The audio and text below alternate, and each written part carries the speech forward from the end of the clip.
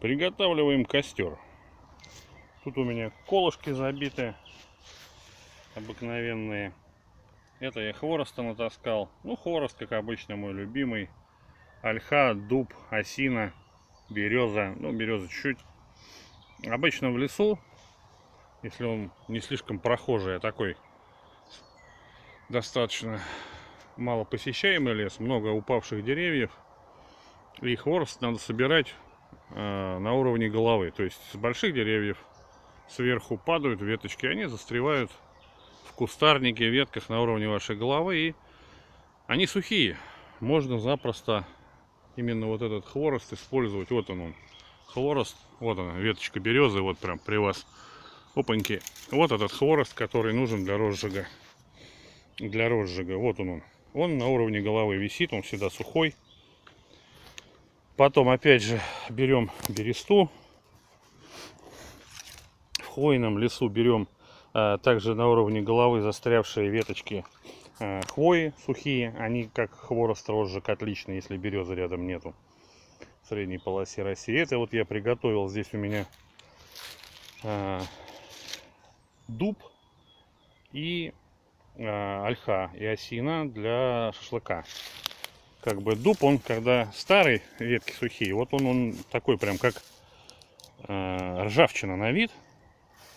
Для чего дуб? Во-первых, он очень энергоемкий, от него жара много в костре, и он дает запах сухарей черного хлеба.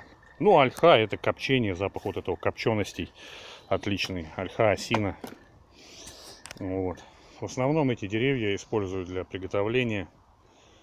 Береза, ну, мне не очень сильно нравится береза, все-таки она содержит деготь, и этот привкус отдается. А вот ольха, осина и дуб, всякие там разные вязы, ну вот в основном ольха, осина, да. Это то, что использую для костра, именно вот для приготовления пищи. Понятно, что если вы хотите согреться, то береза более энергоемкая, она более подходит для дров отопления в печь там и так далее.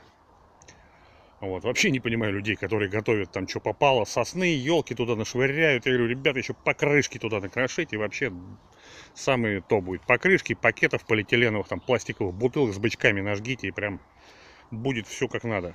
Ну вот еще у меня тут есть некоторые объявления. В лесу сам нашел, шел, нашел, хопаньки, а тут объявление.